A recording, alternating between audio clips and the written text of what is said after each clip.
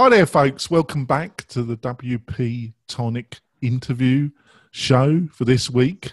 We got a great guest on the show today, folks. It's episode 238. And before I introduce our guest and my great co-host, I quickly want to talk about our sponsor, which is Intelligence WP, and it's really very related to what we're going to be discussing with our guest. It's a great plugin that really helps you demystify some of the hidden gems in Google Analytics and makes the whole process rather than a grinding burden. Yes, you set up Google Analytics for yourself or your client and you've never logged in again. This will really help, and the product is the basic product, which is not crippled, is free, and they've got other options on the website. So you find a link on the website, and I suggest you find some more. Now, let's quickly go back into this show, which is going to be about Google Analytics, and I'm going to first of all introduce my co-host, Kim. Hi there, Kim. Like to introduce yourself? Sure. Thanks, Jonathan. Hey, everybody. I'm Kim Shivler. I'm a technical business communications instructor, and in the WordPress world, I'm known as the online course lady. Yes, you certainly are. And our great guest, Ben Ilfeld. I'll probably now butchered his surname. I did better on the practice. Ben, would you like to introduce yourself? That's no problem. It's very close. It's Ben Ilfeld. Almost. Yeah, that's pretty good. And I'm lead audience and revenue strategist at 10up. And basically, that's a fantastic title, Ben. But what do you actually do? It's pretty simple. So I will admit we sort of made up the audience and revenue title, but I'm excited about it. We did this maybe almost 3 years ago at 10up, which if you don't know, 10up is a full services development agency. We focus on content creators and their needs. We want to make the web a better place to create and manage content, and we're really focused on crafting beautiful websites. So you definitely check out 10up and see all the services that we offer. And we went all the way from managed hosting services, systems administration, back-end, front-end, user experience design, visual design, and in some ways audience and revenue is sort of the other end of that spectrum as you get towards the business goals of our clients.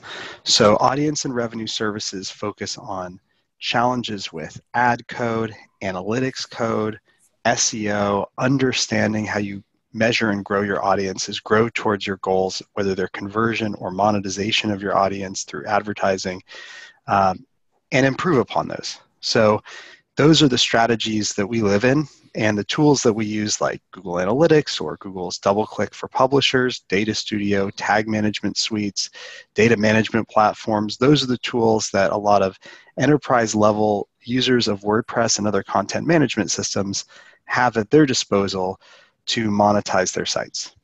Oh, that's fantastic, Ben. So this really jump into it. We met at Sacramento WordCamp about a month ago, which has gone really quickly, and you did a fantastic presentation there. So I thought we'd have you on the show.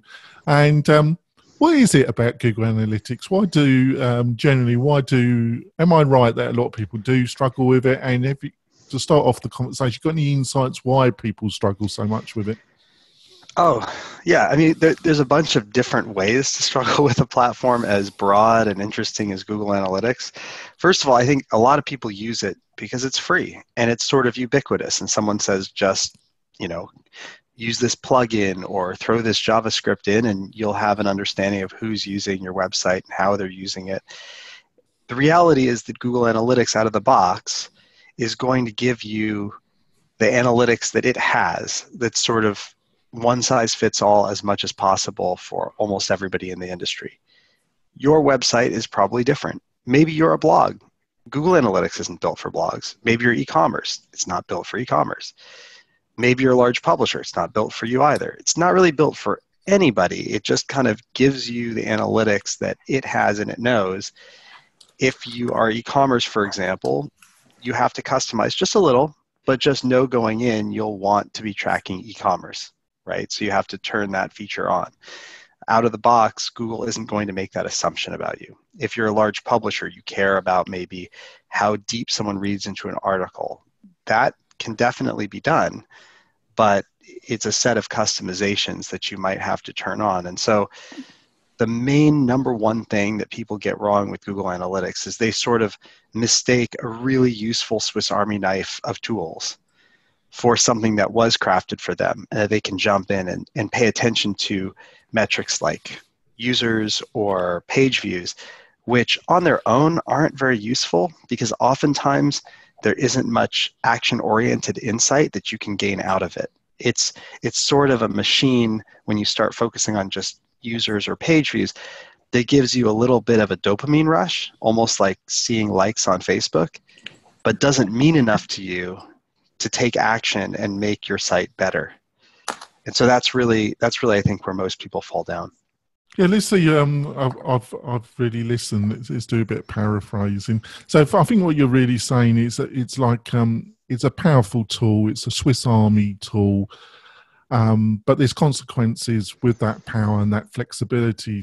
And the problem, or kind of problem, is that as a lot of business owners, online business owners, you're going to have specific things that you need to watch to get data on. And it's set up for a very broad audience when it comes out of the, when you first set it up. So have I got the gist there? Yeah, I think you got the gist. In the talk at WordCamp, it's really about meaning. And so we could get really philosophical, but but let's get practical. it doesn't deliver meaning out of the box. You have to be disciplined and think strategically in order to get the best results out of it, just like every other tool, including WordPress. Yeah, and then to plug my sponsor again, but I'm doing it because I think it's relevant, Ben, is that Intelligence WP, they've got a kind of walkthrough where they ask a number of questions in the setting up of the plugin, and it kind of guides you with questions, and you have to think about them because it's asking you, what are your purposes? What are the important things? And that's what I like about this particular plugin. And it's kind of linked to what you were saying at Sacramento. So let's take e-commerce then. Let's go through a couple usages of Google Analytics. Let's start with e-commerce, which is a big subject. We might just cover that. What are some of the things that when you got your Shopify or you got WooCommerce and you're setting up Google Analytics? What are some of the things you recommend and some of the insights you've obtained from all your experience about the best setup and things that you should be looking for? And I suppose it's a very broad question because it depends on what kind of store you got, really, what kind of products you're selling, aren't you? Yeah, so I'll get into some pretty practical advice right here. We'll just jump in and say whenever you're setting up Google Analytics, the first thing you want to do is get the properties and views structures right. So you have an account, and underneath that account, you can have multiple properties. You could have a property that's just your marketing site and another property that's just your e-commerce site. You could have one that spans both. It depends on your needs. Now, why would you make a decision about whether to keep a property, just one property, or have it span multiple URLs? I would say it depends on how many people are really following a funnel that goes between those two sites and how much you care about that funnel. So if there's multiple steps on one site and then multiple steps on another, you might want to make that one big property, especially if you're e-commerce. Now, if you have one big property that's spanning a number of different sites, you're going to want to use views, which is one step down in some ways in a sort of taxonomy from properties. Views allow you to use filters to decide what sort of data you want to see from that property. So in the situation where you're e-commerce and you have a separate marketing site and e-commerce destination site, you might keep them under the same property. but then use two different views, one that filters for only traffic on the marketing site and one that filters for only traffic on the e-commerce site. A third one might have both, be a sort of roll-up view for the two of these. Now, once you have that basic setup going, you're going to want three different flavors of views. And this is true with almost everybody. You're going to want a view that is unfiltered. Unfiltered meaning you're not going to apply any special rules or filters to it. You're going to use that as a sort of backup. So if anything goes wrong with a filter that you use, at least you have data that is totally unfiltered, so you have some continuous data from the history to the present. You're going to want a type of view that's called a test view. And it's not anything special, just market test. That's sort of your sandbox to play with new filters, goals, funnels, things like that.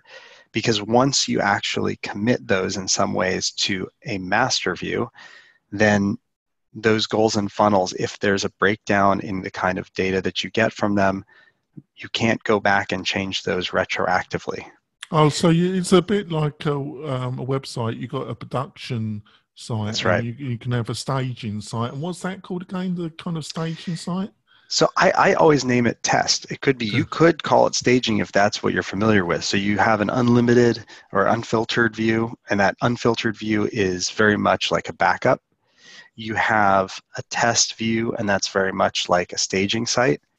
And then you have a master view, which is very much like your production. And you don't want to put anything into master that you think you don't want to see on reports going forward. You want to test them in your test first, make sure that, for example, funnel or set of goals works, and then you apply it to your master. Now, if you're e-commerce, there's two other things you want to do. Number one, you want to filter out bots, which is a view level setting. There's just a little checkbox. Now, there are other more advanced ways to do that, and you can go to Google and find out. Just Google it. Try to find best practices for filtering bots and spiders. This is important for e-commerce especially because while publishers may not mind higher page view traffic numbers, e-commerce really relies on things like conversion rates. So knowing that they're real humans making decisions at each point is very important. The second thing you want to do as e-commerce is turn on some sort of e-commerce tracking. There's two flavors. One is more advanced, called enhanced e-commerce, and I won't go too deep into that. What I will say is you'll need to populate it with a lot of data as someone moves through the process. It has some great benefits. The other, the more simple flavor of e-commerce that more people are familiar with, allows you to fire one script on the basically the receipt page after somebody has made a purchase, and it will collect data once about the purchase that somebody made and then infer some of their steps from their previous history. So that's sort of the basics of how I would think about structuring an e-commerce site's Google Analytics just from the start.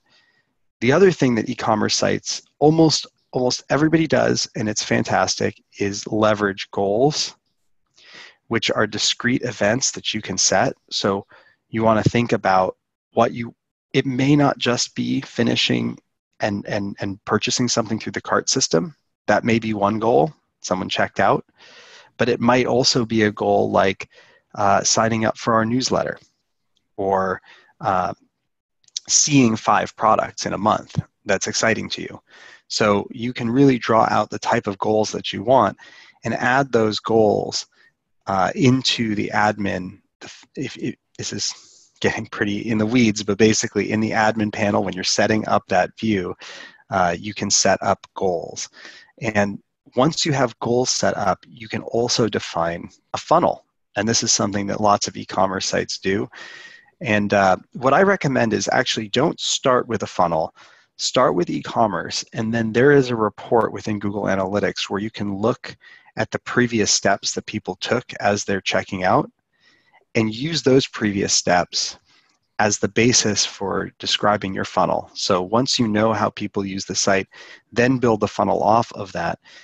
And then once you have a funnel built, you can answer more interesting questions like, where do people drop off during the purchase process? And that can give you insights like, wow, our shipping costs are probably too high because this is the page where we add the shipping costs, and that's where people tend to fall off. Or we should add a guest checkout because we require people to sign in or sign up for our service, and that's where people are dropping off in large numbers. So those are the kinds of insights that you can gain once you've gone through this process. But fundamentally, I would say it's jumping the gun to say funnel first. The first thing you want to do is set up the correct properties and views. If you're e-commerce, make sure that you're configured correctly to capture that e-commerce data. And then take a look in Google Analytics reports about how people arrive at your checkout. And that will help you construct your funnel with a lot less pain. Before we go to a break, and the time's flown, why has Google decided that you've got to tick a box to remove spiders and bolts from your results? I can't say. I don't work for their team. I'd be happy to give you my hypothesis. Well, you'll be educated, so go ahead. Well, I mean, if you're Google, you're not that different from any other large kind of social service like Facebook. I think Google Analytics it's a sticky product because it's fun and you get to see people hit your site. And if there's nobody hitting your site, that's not a very fun outcome. And so it's almost like having bots like or retweet or share the things on social media that you do.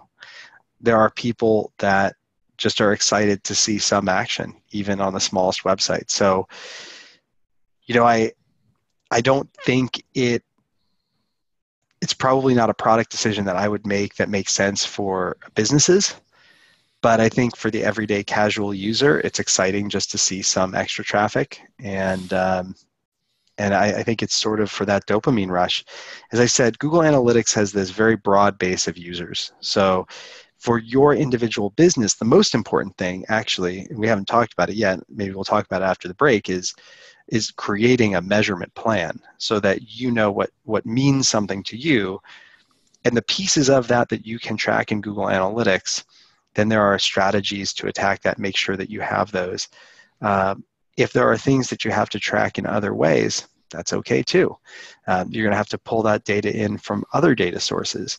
But just because you've got this really cool Swiss Army knife does not mean that it brings meaning to your life. And it doesn't mean they've crafted that Swiss Army knife to fit your needs. They have not. Oh, that's great. We're going to go for a break, and then I'm going to hand it over to my great co-host Kim and see where she wants to go with the conversation. We'll be back in a few seconds, folks. We're coming back, folks. We've had a great conversation with Ben. We really covered some stuff in 15 minutes. Over to you, Kim. See what questions you got. Thank you, Jonathan. This is great stuff. So, Benjamin, I do have a few. On the bots. Yeah. So yes, it'll show them as page views, but doesn't Google also see that as kind of bad traffic? Don't you, if you really are trying to, like for search engine optimization and to become ranked and that type of thing, don't you also want to filter that out? Or what are your thoughts on that? I wouldn't worry too much about how search engine optimization is affected by configurations of Google Analytics. I do think of those as two separate systems. So Google may not count that traffic for their own purposes. Mm-hmm. And you might be giving yourself a false sense of security if you're a medium or large size publisher and you haven't filtered out bot traffic, at least in a couple of your views. I think you're probably doing yourself a disservice, because it might give you an unclear picture of your reality. And Google is getting a very clear picture of your reality. It's sort of their job. Okay. So I think that the most dangerous thing isn't that a configuration in Google Analytics affects your search engine optimization, but it might affect you understanding your weaknesses in search engine optimization. Okay, excellent. The reason I say that, I was actually told to kind of block the bot traffic even before it got to the analytics, to block it at my site so it didn't even filter up into, so that it wasn't considered bad traffic. So you're giving me lots of and that may very well be true. But it Okay. certainly isn't a configuration in Google Analytics that would kind of reverse and affect your Yeah. search ranking. Yeah. Perfect. Then on the measurement plan, like really got interested in that because you talk about goals or you talk about a measurement plan. Yep. A lot of our listeners are content creators, not large publishers, but more blog type web builders, consultants who blog to create content and try to build interaction. Could you give us a highlight of maybe a few things they could do as far as a measurement plan and what goals might tie in for that level of person? Yeah, absolutely. So think of a measurement plan as a wedding cake, and the goals are that beautiful top tier. You don't want many. I say start with one. The top tier of a wedding cake is pretty narrow.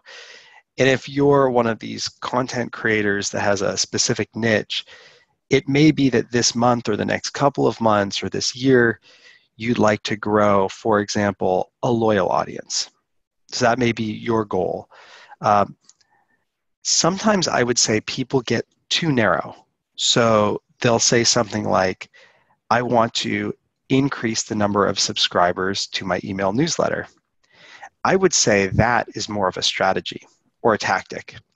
You have to ask yourself, why do I want to increase the numbers of people that subscribe to my newsletter? Because I want that more loyal audience. And you might even go a step up and say, why do I want that more loyal audience? Is it just because I want more readers to my blog? In which case, your goal might be more readers to my blog, and everything below that is a strategy. So it's about asking why and interrogating yourself to the point that you get to your ultimate goal or your ultimate set of goals. The next step down is thinking about the strategies you'd like to undertake to build towards those goals. So if your goal is to increase the number of loyal readers, then the strategy you might undertake is to increase the number of people who sign up for your email newsletter. That might be one strategy. Another strategy you might take is taking your content and exposing it through multiple platforms like Facebook or Twitter in a more organized way, creating a content calendar for social. So those are really discrete strategies that you might employ to drive towards that goal. Once you've defined those, you can start thinking about the KPIs, the metrics that you're going to use. And KPI, key performance indicators. So these are the metrics that you're going to use to understand whether you've been successful or areas of opportunity. So KPIs are going to map directly to your strategies and your goals. But again, it's like building this cake. So your goals are at the very top, they're very narrow. You might have one goal and 5 strategies, that next layer of the cake, a broader base to hit those goals. And then you might have 5 corresponding key performance indicators, maybe 6, maybe 10, that make sense for you to look at holistically, get a picture of what is working and what is not working. So one key performance indicator, if I'm looking for growing my email newsletter list, is the number of people subscribed to my email newsletter, right? That would be a great goal. Now, does that come through Google Analytics? It probably doesn't. If I'm using MailChimp or another ESP, that's where I'm going to find that data. So it's just trying to give you an idea that it's not so important the tool that you use to collect the data. You might even be hand counting certain things. It's important to have a measurement plan that takes you all the way from goal to strategy to key performance indicator, and then you have a suite of tools, and Google Analytics is probably part of that suite, that help you understand whether you're achieving the goals through these different methods. So to give you a quick other example, so we're staying on this concept of growing a more loyal audience. In order to measure loyalty, there are reports within Google Analytics that show you new users versus returning users. So you can see if you're growing your new users or if you're growing repeat visits from your current users. So there are dashboards to take a look at that. And obviously, if the reason that I'm trying to grow my base in terms of my, if the reason I'm trying to grow my email newsletter list is to tie back to having more loyal users, it's a really good test to see, maybe I grew my email newsletter subscribers but my returning users didn't grow, then there's a disconnect and I can take action there. What's the action? Probably looking at the content and the structure of my email newsletters. So is it the open rates that went down?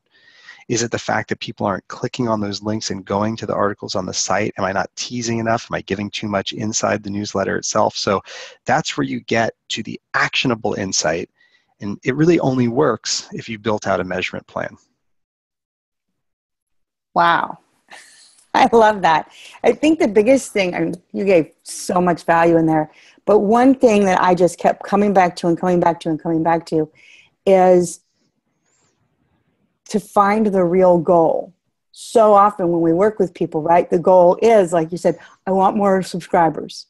I want more people to come to my blog.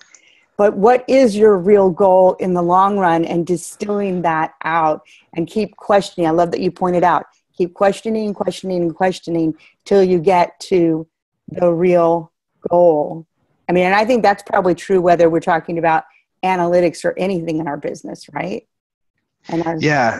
You know, it's one of those things where if you work with engineers, you know not to ask an engineer to build a feature, but rather to give an engineer a problem to solve. So oftentimes I would already have in my head, way back in the day when I was, in charge of my own small publication, and we had our own custom CMS, and we had a problem, and in my head I already had my solution to it, and I'd go to the engineer and say, I think we need to build this. They might start building it, but about halfway through go, well, how about this edge case? What about that edge case? And it would start me questioning and going, why? Why did I ask them to build this? And what was I really driving towards? And then at some point, I would realize I just have to come clean and tell the engineer what the problem was, what my pain point was.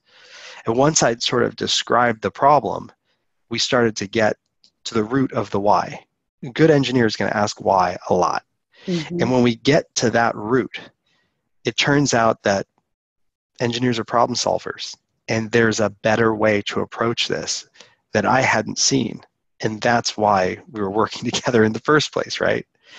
So after years of working with engineers, you could take that same mentality and really apply it to the business side and say, instead of just taking my first instinct about how to fix something or improve something or create a new feature or institute a new strategy, let's interrogate why and bring it all the way back up. And let's treat that one strategy as simply one hypothesis to be tested. I love that. And, it also ties into the asking ourselves that. The flip side of that is asking the solution. What solution is our customer looking for? Whatever we're looking to build, because that same group of engineers that we ask solve the problem, don't always ask that same group to explain the solution to the customer, because that's where they like to talk about features and bells and whistles as opposed to overall solutions. So that was like really valuable stuff. Thank you. I think we're coming up on our time, so I'm going to hand it back to my host, Jonathan. Oh, thanks, Kim. It's gone quick, but we're going to continue the discussion further for another 10, 15 minutes with Ben. Hopefully you've learned some things. I definitely have. Just to wrap up, couple questions, Ben. Basically, do you provide any content yourself around this subject? Any PDFs, or can people learn more? Or have you got some external resources that have helped you and you think would help the audience? Honestly, the web is littered with good advice about Google Analytics. So I would be really poor compared to some of the others out there. I'd say my very favorite, we didn't talk too much about it, but there's a tool that Google offers for free called Google Tag Manager, and it plays really well with Google Analytics. If you're thinking about using Google Analytics for the first time, I would highly recommend that you institute it using Google Tag Manager. It just gives you a ton more flexibility. It's almost like a content management system, but for marketing tags and analytics tags. So it's a tag management system, but it allows you to create, edit, and publish and unpublish and change and preview in all the same ways that you're familiar in WordPress, but for all these marketing services, which can be hard to wrangle. For Google Tag Manager and its intersection with Google Analytics, my favorite blog is by Simo Ahava. So just look up Simo Ahava's blog. I mean, obviously out there's agencies who provide a lot of really good insight, like Lunametrics or Kissmetrics, but I would say Simo Ahava's blog on the intersection between GTM and GA is hard to beat, extremely expert. I do hope that we'll produce some information and push it out publicly. I really, until that WordCamp Sacramento, we hadn't shared very much of our processes outside of 10up, how we approach Google Analytics, but it's gotten a ton of attention. People love it. So I think if anything, we may write more about how you institute a measurement plan through WordPress and Google Analytics. But I will tell you, there's so much good information on the web on Google Analytics. It's such a widely used platform. You'll find a ton of good stuff. Yeah, and how can people get hold of you then, Ben? Sure, it's easy. The easiest way is to contact through 10up.com.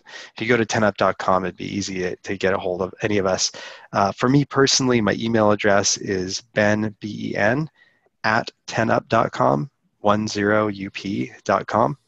So, relatively easy to get a hold of me directly, though I will say that as a working strategist, I may not have all that much time, so it's almost better to just, if you have a general inquiry, contact my team through 10up and we will get you to the right people. That's great. And how can people find more about you, Kim? You can find me at Kim Shivler on Twitter or kimshivler.com. That's great. And if you want to get hold of me, folks, and I'm always easy to talk to, you can either email me at jonathan@wp-tonic.com. You can Twitter me on @Jonathan Denwood, or you can ring me on 775-220-2306. I'm always available for feedback, comment. Love to get suggestions, and if you feel very generous, we've been getting a couple more recently. If you want to leave a review on iTunes, it really does help the show, folks. It makes a big difference on our ranking and attracts new people to the show. Ben, I've just really enjoyed it. Like, folks, don't forget, we'll be continuing this discussion on the website with full set of show notes and a transcription of the conversation, and on YouTube. So we'll see you next week, where we'll be interviewing a WordPress expert, expert on marketing, or just a WordPress junkie in general. We'll see you next week, folks. Bye. Right, thanks, Ben. Continue the discussion. I think might be useful to the listeners is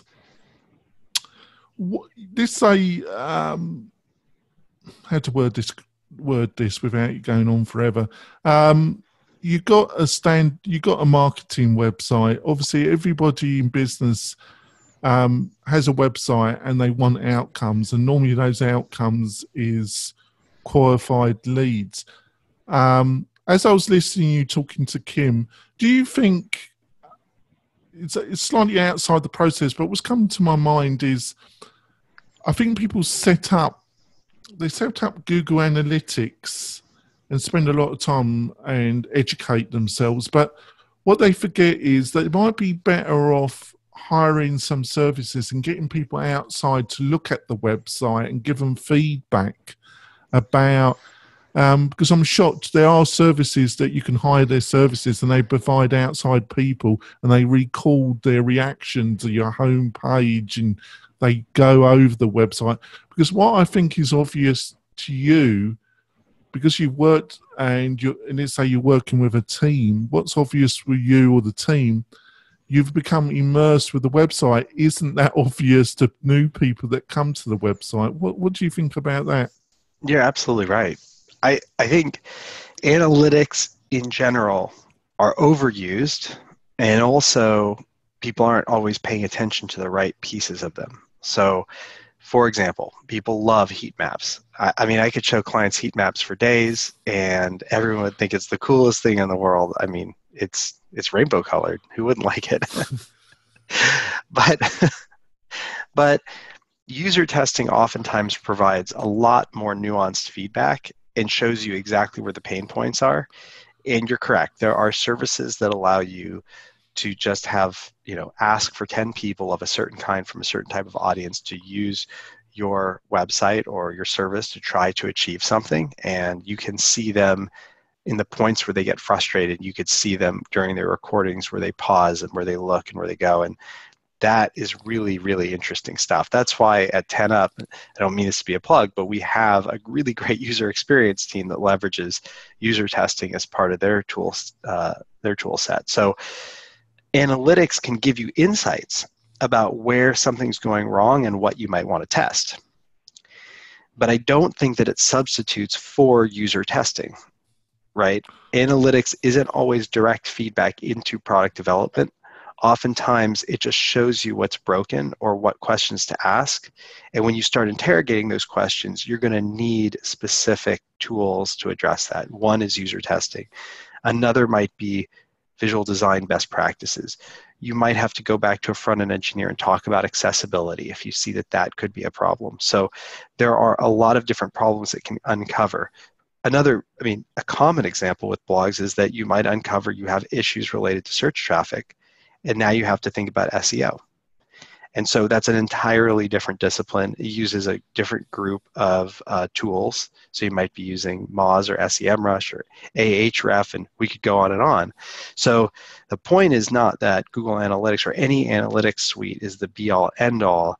It really should be part of a tool set that allows you to identify and track key performance indicators for the things that matter to you when you see something broken. Or if you see a broken piece of your funnel, that's when you turn to other tools that help you identify what actions to take to fix that problem. Yeah, because one thing I point out, folks, is I'm thankful that Ben agreed with me, but you also need a very thick skin because the feedback you're going to get is going to be pretty brutal.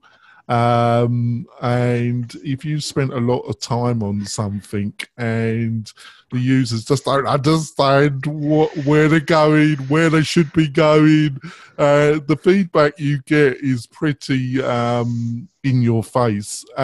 So you need to listen to it, but sometimes it can be hard, can't it, Ben? Oh yeah, I mean everybody who probably has developed cool solutions on the web has these stories, but I started out early with this. Right when I started my career, we were building something called the Sacramento Press, which is now sort of just an everyday blog. But at the time, we were when we first constructed it, it had very high ambitions, and we wanted to rethink everything about online publishing for local media ecosystems. And one of the core things we wanted to rethink was the article, just the notion of an article.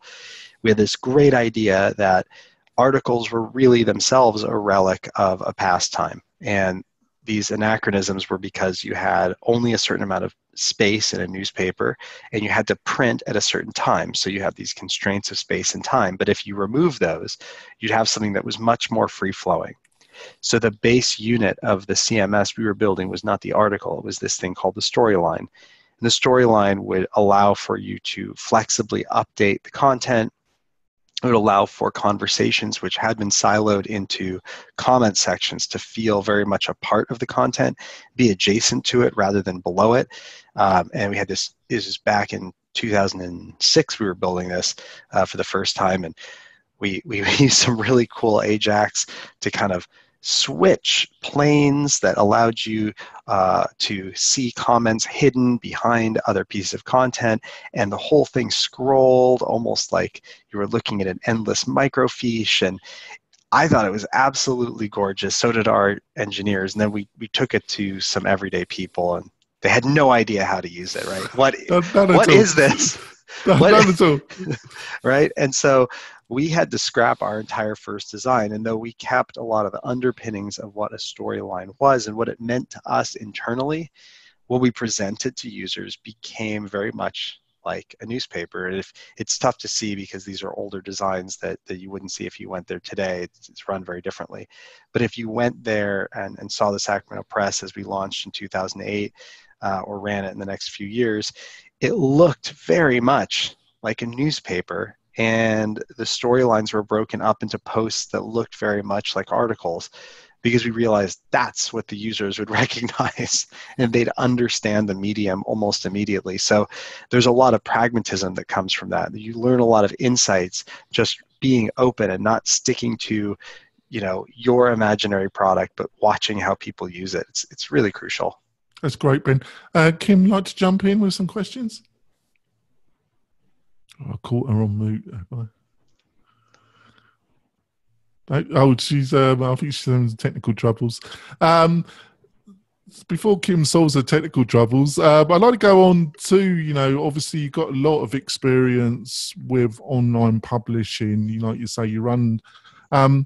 In some ways, I still think there's a bright future for local news. It's one of the areas where traditional newspapers are doing reasonably well, but also online papers. But one of the problems is making money from it. Do you see that improving? Because it seems that the oxygen is really being sucked out by the three horsemen of the apocalypse: Amazon, Facebook, and Google, really. That's a really tough question. I mean, I've almost dedicated my life, my career so far to this problem. I'm really passionate about healthy, especially local media ecosystems. And I did it as a publisher. I had a startup that focused on that with an ad tech solution, and now I'm a consultant, and many of my clients are in that space. I'd like to separate two things. I think there's been no time in history that had more opportunity for new ideas, for interesting takes, for startup blogs, for online, local, independent news publications. There's really, because the last 100 years before that was very much dominated by who had fairly expensive machinery. This was an industrial process getting the news out. And that's completely changed. And we almost forget how amazing it is that has changed, and we have this opportunity for innovation. So that is real, and I see it every day, and I see really cool examples of it. If you're interested, there's an organization called the Local Online Independent News Publishers, or LION for short, LION Pubs, that has a ton of people from around the country who are independent doing really, really cool things, many of them on a shoestring budget, but many of them making lots of money, finding ways to do it in their local ecosystem. So there's extremely cool examples. If you're thinking about or you have started a local online publication, you should absolutely check out LION Pubs. Consider joining, or at least seeing what other publishers do well. You're not alone. This thing is happening. So there's no question there. I'd say, what does this mean for working journalists at the local level? What does this mean for more of the corporate operations? I think that's a dicier question, because in a lot of ways, as you said, you've got advertising and, I'll start from the beginning.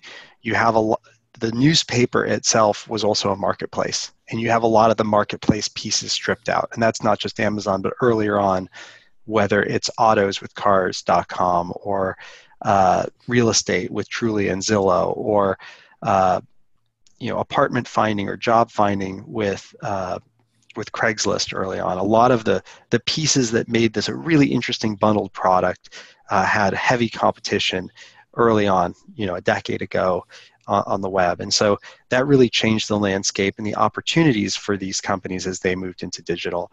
And then when you just think about sort of the pure, quote unquote, the pure news, and you think most of that is advertising subsidized for many operations. So I will say a lot of it is subsidized by reader revenue as well. It is difficult to replace. Now, there are strategies to replace reader revenue that are becoming more and more well-honed. And they started from Wall Street Journal, and New York Times took its lumps but was able to put together a strategy that worked. Does that strategy work for the local media ecosystem? I'm not convinced, but because we've seen others overcome it and build some strong membership programs and reader revenue, it's not something that should be overlooked. I think if you asked me in 2008, I would have said, that's crazy. Who would pay for this? I would never do this, and the Sacramento Press will never charge anybody for anything. But I think I've been proven wrong on that point. There's clearly a way to move forward with some reader revenue. And then advertising-wise, I think you have to almost be a rebel and co-opt the system at this point, because there's a near oligopoly on advertising revenue that flows through Google and Facebook. And if you are a corporate media entity, you have to figure out whether you're going to play nice with some of these big institutions and have the volume and scale in order to replace some of that advertising revenue, or whether you want to almost subvert those, offer different services, or leverage their services for things like audience extension. I know I've gotten into a place that's getting a little jargon filled, but what I will say is just in general, that's a more difficult situation for kind of big corporate media. And for newspaper chains, I think there are a lot of open questions, and they need to be thinking in innovative ways, addressing those challenges with experimentation. They're going to take their lumps. There's almost no question that the numbers are still going to shrink.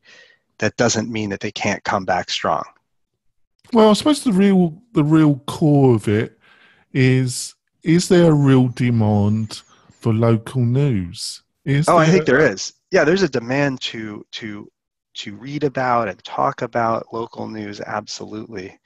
I think one of the big questions is, if you look at the business model of 19th century local news production and distribution, it was an industrial model, and it tended towards monopoly. So if you were able to reach a certain percentage of the local population, it was difficult for anybody to create a rival newspaper.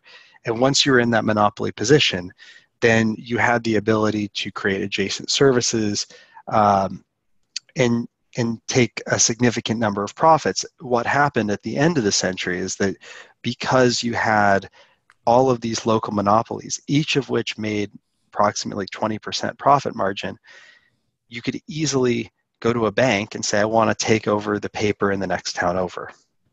And as you started to see these conglomerates grow, they were all leveraged. You saw debt grow. So it was okay for a newspaper chain to take on debt because each of their newspapers was a monopoly. It was almost unassailable, and it was making a certain amount of profit each year.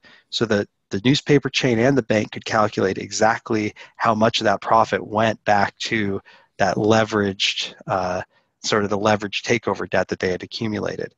And I think this is one of the big parts of the story that is undersold. We talk about the digital disruption, but actually the disruption started, if you look at it historically, a long time before that with 24-hour cable TV news. So as cable TV news started to eat into these businesses, you actually saw paper starting to thin out. You started to see the rise of the Sunday-only subscription because people were interested in the marketplace piece of the newspaper rather than the journalism piece of the newspaper. So you had a split in terms of what the audience cared about, what the market cared about. It kept overall subscription numbers up, and with that distribution number, you could still go out and sell advertising. There wasn't a great alternative in terms of local advertising, a really great one, until we got to digital. And that's when things started to break down there as well. But as I said, first the marketplace piece of it broke down. The Sunday newspaper, which had become so crucial in that cable news age, started to break down. And where the newspaper companies kind of fell to their knees is they had all of this debt. They were very profitable companies and still are in many cases. The problem is that a lot of that profit was going to pay back all of the purchases of adjacent newspapers, building up these massive newspaper conglomerates and chains. So, do people want local news? Absolutely. Do they read local news? For sure. They never really stopped. And online, there's more of it than ever, and people are more excited about it than ever. But we have to kind of pull that apart from the woes of corporate media, which have their own kind of history, and there's reasons why, and they have their own challenges to overcome. And it's not to say that they can't I believe that there are creative ways that each of these companies can address those. But it is to say that those are serious structural problems about how this industry got to where it was, and it's not easy to simply find one magic bullet that solves that problem. I think we better wrap it up, actually, because I'm a bit, obviously you're a busy man. I'd love you to come back on the show, maybe join one of our roundtable discussions on a Friday, if you're open to that. For sure. Yeah, that sounds great. I've had fun. I'd love you to come back. I think it's been a fascinating discussion. What do you think, Kim?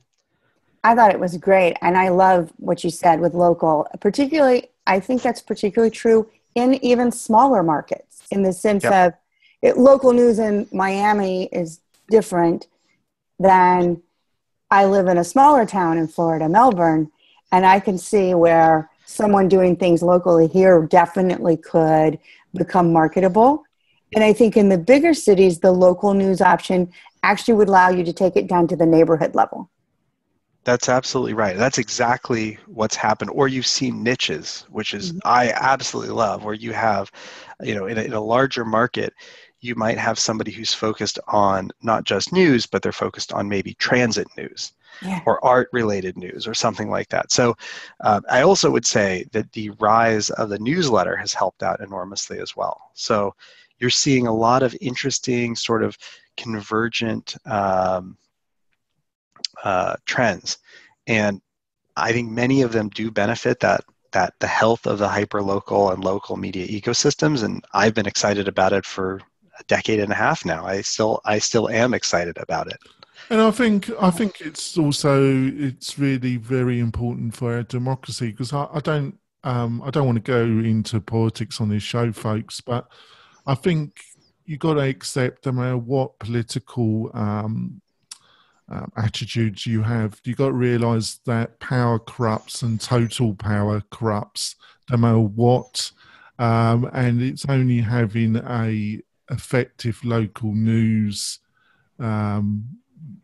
reporting system and having reporters investigating, do you keep corruption and down to a certain level, otherwise it will just explode, because like I say, power corrupts and total power totally corrupts.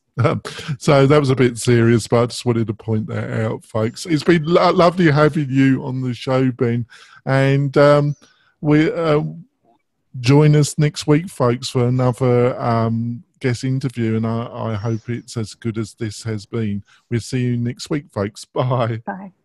Bye.